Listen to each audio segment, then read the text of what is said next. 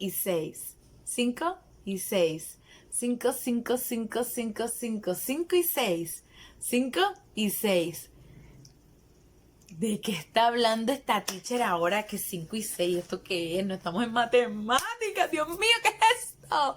Pues les cuento, mis pequeños lectores, que estamos en la penúltima secuencia de nuestra clase de Reading Plan.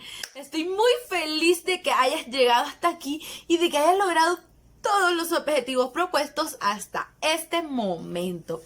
Por eso es que te doy la bienvenida a la semana 5 y 6. 5 y 6. 5 y 6. ¡Excelente, chicos! Y como en todas las semanas, te voy a recordar algo que es súper importante. Que veas este video hasta el final, que respondas las preguntas de control que aparecen allí, que marques en la estrellita y que envíes tus respuestas para desbloquear las siguientes actividades.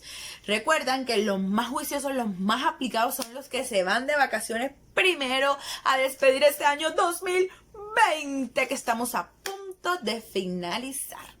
Bueno, mis pequeños, entonces vamos a iniciar con The Phrases of English. Mentira, con las frases de inglés de estas 2 semanas. Y la primera es teacher. What's page? What's page? 31. What's page? What's page?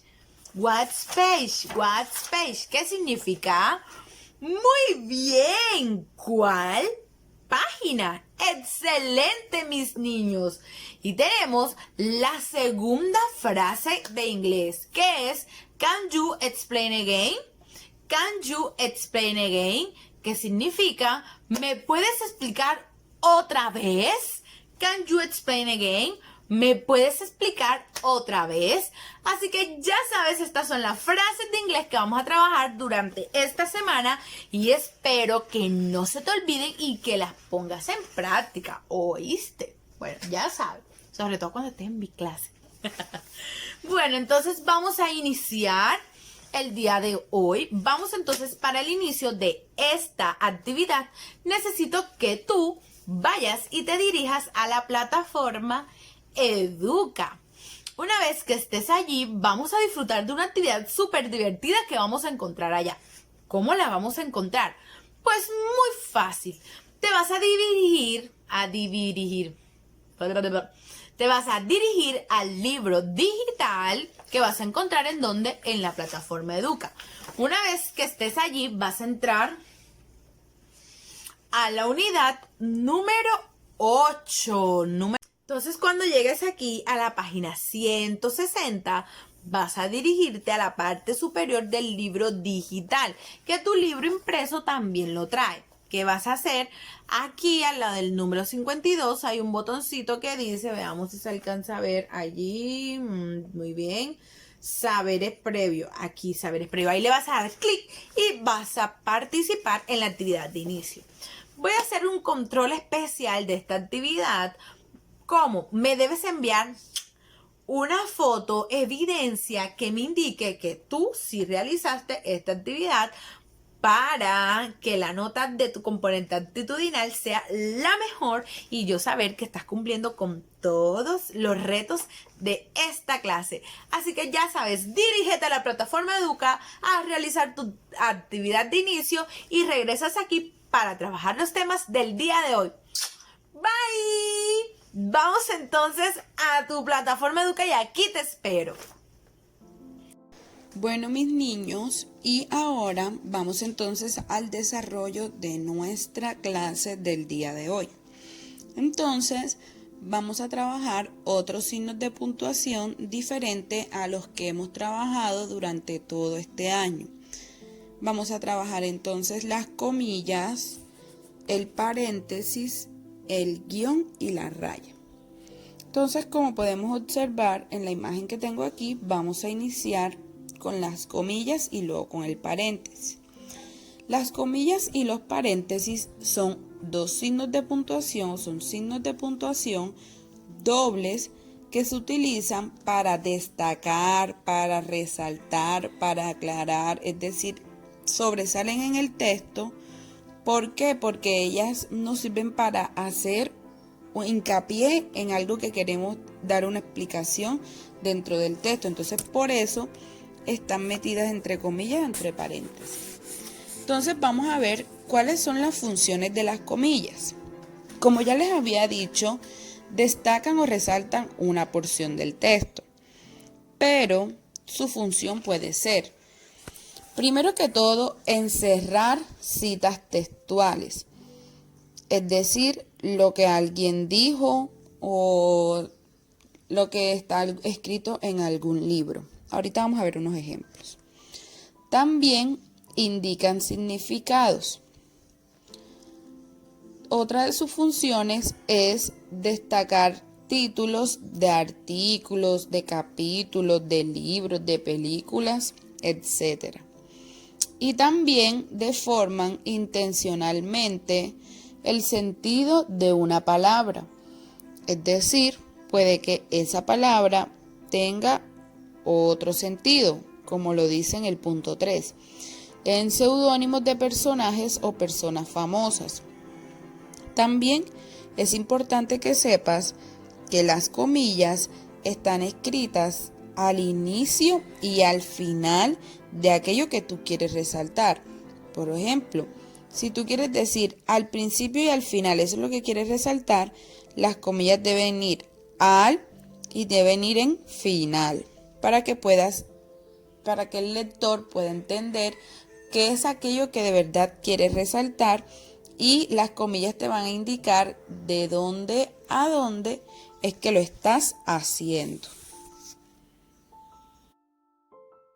Tenemos entonces el primer ejemplo, que encierra una cita textual. Aquí dice, el excongresista Rafael Rey manifestó. Entonces abrimos comillas para encerrar aquello que ha dicho el excongresista. No me consta que Montesinos sea un asesino. Entonces eso fue lo que dijo. El mismo lo tenemos para el ejemplo número 2.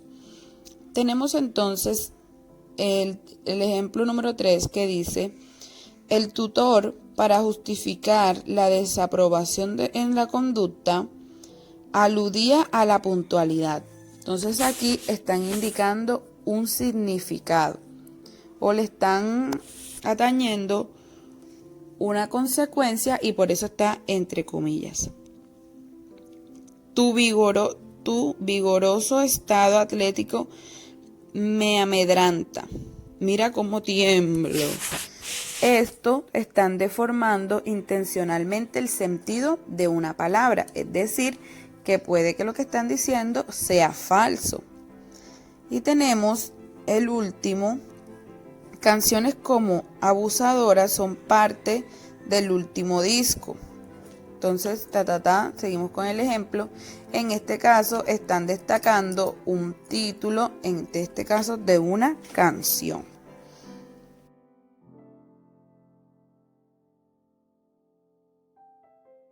Ahora, entonces vamos a hablar acerca de los paréntesis. Los paréntesis son dos líneas cóncavas, dos líneas curvas, que nos ayudan a encerrar explicaciones o acotaciones. Vamos a ver algunas de las funciones de los paréntesis. Iniciemos entonces. Lo primero es que los paréntesis encierran acotaciones teatrales. Recordemos entonces que las acotaciones son todas aquellas indicaciones que se le dan a los actores para que realicen durante una obra de teatro. Si podemos ver en nuestro libro, vamos a encontrar muchos ejemplos de acotaciones que están encerradas entre paréntesis.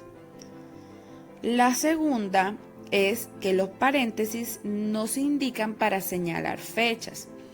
Si yo quiero decir el año en que ocurrió la pandemia ocurrida en el año 2020, Ese 2020 yo lo voy a encerrar entre paréntesis porque como es un año y quiero hacer aclaración o quiero explicar o quiero hacer énfasis en esa fecha, la encierro entre paréntesis. Tenemos una tercera función y es que los paréntesis nos ayudan a detallar información.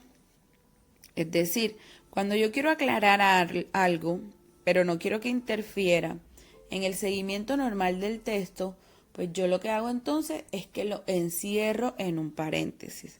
Es decir, mi casa es grande, abro paréntesis, tiene 7 cuartos, 3 baños, 2 salas, 5 patios. Un ejemplo, cualquier cosa. Cierro paréntesis, me gusta mucho. Hago la aclaración de que mi casa es grande, me gusta mucho, pero en los paréntesis hice que aclaré por qué era grande, mencionando lo que tenía. También una cuarta función de los paréntesis es que sirven para aclarar siglas. Es decir, la ONU, entonces abro paréntesis, Organización de las Naciones Unidas, cierro. Eso es lo que hago, y escribí en el paréntesis, Organización de las Naciones Unidas, me sirve para explicar de qué significa esa sigla, qué quiere decir esa sigla. Y también su última función es que nos indican otras alternativas. Por lo menos si yo quiero decir niños, entre paréntesis escribo AS, que significa niños y niñas, bienvenidos. También se puede. Entonces, es importante aclarar que los paréntesis están al principio y al final del texto que nosotros queremos aclarar. Ojo, es fundamental que lo escribas al principio y al final, porque si no, no vas a saber cuándo termina, cuándo empieza y no se va a entender de forma clara el texto.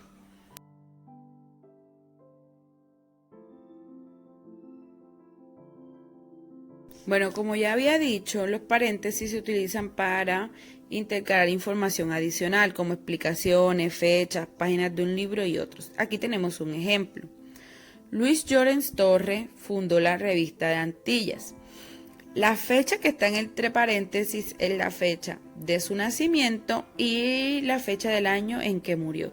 Entonces es importante saber que cuando encuentres dos fechas entre paréntesis, como la que vemos ahora mismo en pantalla, quiere decir que es el año de nacimiento y el año en que fallece si se trata de una persona, o el año en que se fundó una empresa y el año en que se liquidó, en que se terminó, o el año en que empezaste la universidad y el año en que finalizó.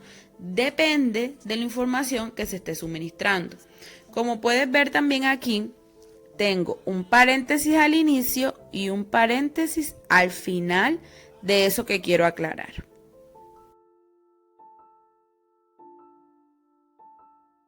Bueno, mis amores, y ahora vamos a ver los usos de la raya. Y tienen diferentes usos, al igual que lo que vimos ahorita sobre el paréntesis y la comilla. Entonces, veamos el primer uso de la raya. Como vemos en pantalla, se puede usar en índices, en diccionarios, para finalizar una oración, etc.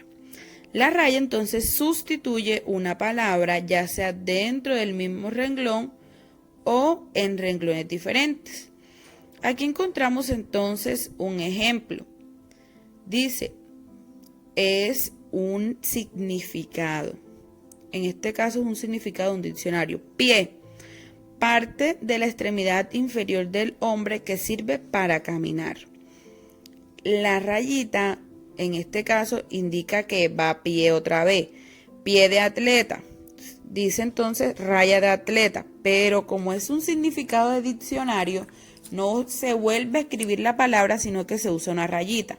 Entonces diría pie de atleta. Lo reemplazamos por la raya, raya de atleta. Cierta enfermedad de la piel de origen fúngico. Vamos a ver. Pie antigua. 931. Pie de Europa. 94. Recordemos entonces que en este caso la raya estaba reemplazando Ahora está indicando entonces unos índices en el segundo ejemplo.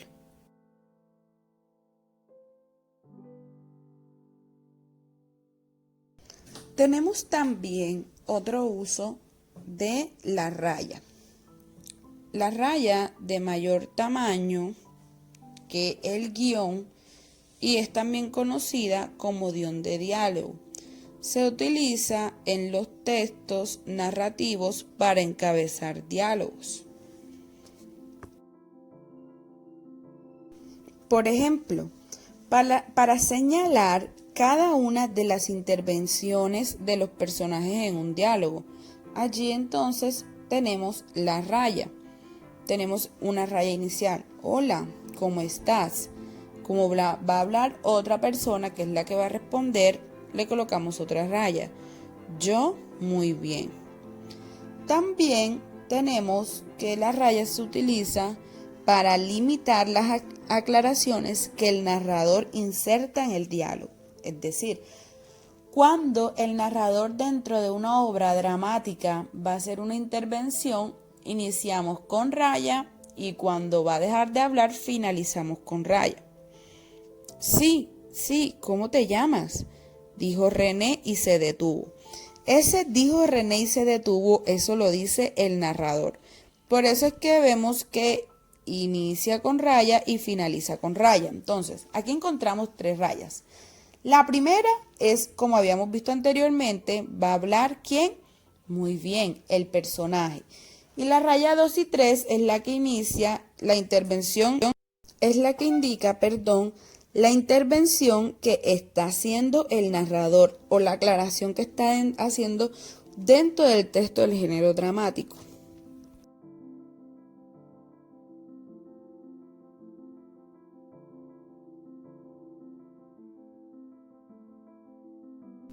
Ahora seguimos con nuestro último tema, que es el uso del guión. El guión se usa para unir o separar palabras, para separarlas de formas silábicas. Vamos entonces a ver el primer ejemplo, que es para unir palabras.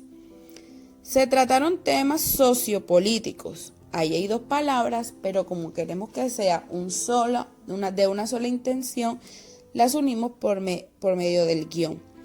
Hubo un acuerdo franco-español. Para el otro uso es para relacionar 2 fechas. La guerra civil de 1936 a 1939. Entonces usamos la raya para indicar, para dividir o separar, pero sobre todo para indicar el inicio y el fin. Rubén Darío, como les había dicho antes, 1876-1916. Año que nace, año que fallece. Tendríamos ese segundo ejemplo, está dividido por un guión. Y tenemos un tercer ejemplo que es para cortar palabras al final de la línea. ¿Qué quiere decir? Bueno, cuando nosotros estamos escribiendo, ¿verdad? El renglón a veces no nos alcanza. ¿Y qué hacemos? A veces nos salimos de la línea o continuamos así. Entonces, para no salirnos de la línea y ya no hay más espacio y empezamos a escribir, nosotros debemos saber dividir silábicamente una palabra para saber dónde terminar y dónde empezar o dónde continuar con la palabra. Por lo menos, si solo vas a escribir promoción y solo te alcanzó a escribir pro, entonces tú pones un guión y moción lo escribes en la línea de abajo, así como vemos en los ejemplos que tenemos aquí. Ahora veamos. Entonces, debemos saber dividir las palabras silábicamente. Entonces, podemos concluir que el guión se utiliza para dividir palabras en sílabas. También para separar una palabra cuando llega al final del renglón. Y aquí tenemos varios de esos ejemplos.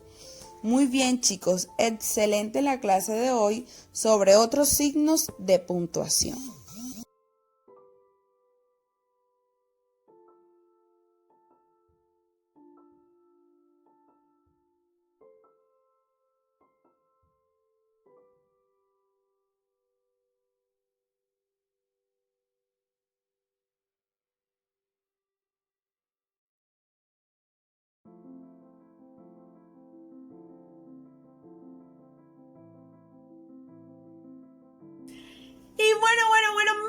pequeños guerreros, los niños que están finalizando el grado quinto y que pronto van a dejar de ser los más grandes para convertirse en los más pequeños del bachillerato. ¿Qué me dicen?